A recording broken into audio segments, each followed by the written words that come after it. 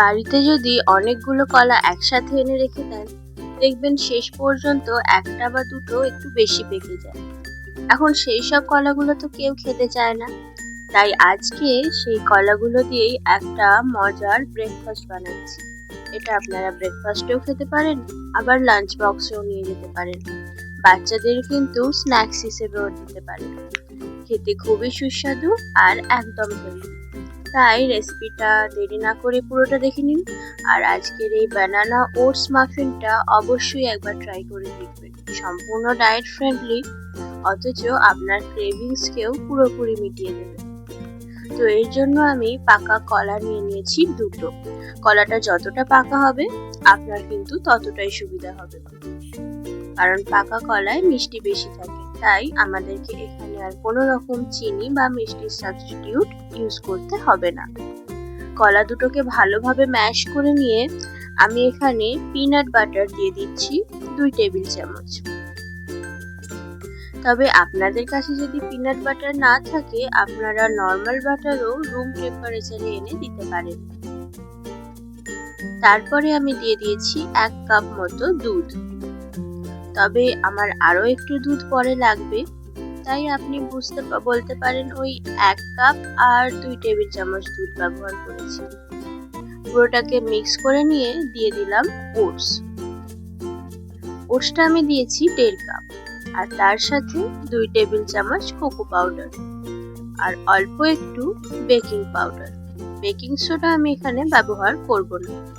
এই বানানা মাফিনগুলো কিন্তু আপনি বানিয়ে রেখে দিতে পারেন ফ্রিজে 1 সপ্তাহ মতো, আর প্রতিদিন একটা করে লাঞ্চে বাচ্চাদেরকে দিতে পারেন বা নিজেরাও নিয়ে যেতে পারেন, যাতে লাঞ্চে যখন আপনাদের মিষ্টি খেতে ইচ্ছে যাবে তখন খেতে পারেন।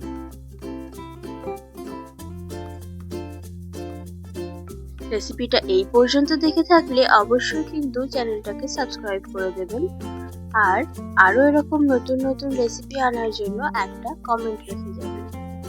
এবার আমি কয়েকটা চকলেটের চাঙ্কস দিয়ে পুরোটাকে মিক্স করে নিলাম, আর এরকম সিলিকনের কাপকেক মোল্ডে এগুলোকে দিয়ে দিচ্ছি।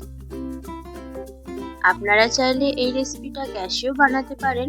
গ্যাসে বানাতে হলে কেক যেভাবে বেক করা হয় সেইভাবে দিয়ে রাখবেন 8 ঘন্টা মতো, গ্যাসের ফ্লেমটা একদম লো করে। আমি এখানে বানাচ্ছি এয়ার ফ্রায়ারে। এয়ার ফ্রায়ারে আমি 120 ডিগ্রি তাপমাত্রায় এটা রেখেছিলাম 15 মিনিট।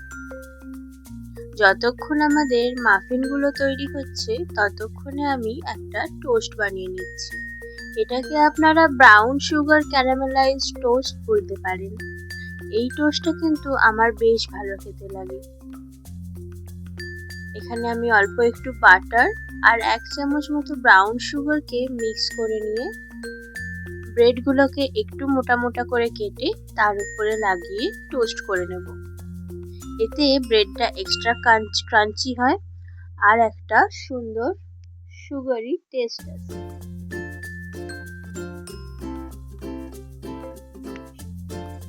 এবার এই ব্রেডগুলোকে হালকা করে তাওয়া দিয়ে টোস্ট করে নেব।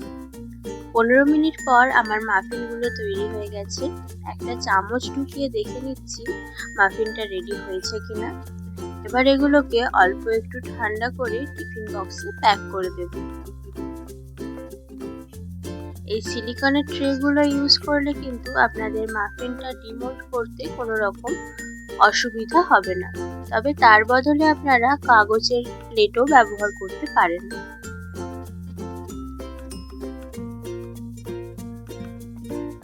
আজকে আমাদের এই লাঞ্চ বক্স রেসিপিটা ভালো লেগে থাকলে একটা লাইক করে দিন। মাই সামার টিফিন ডায়েরিজ এর আজকে 8 নম্বর সিরিজ।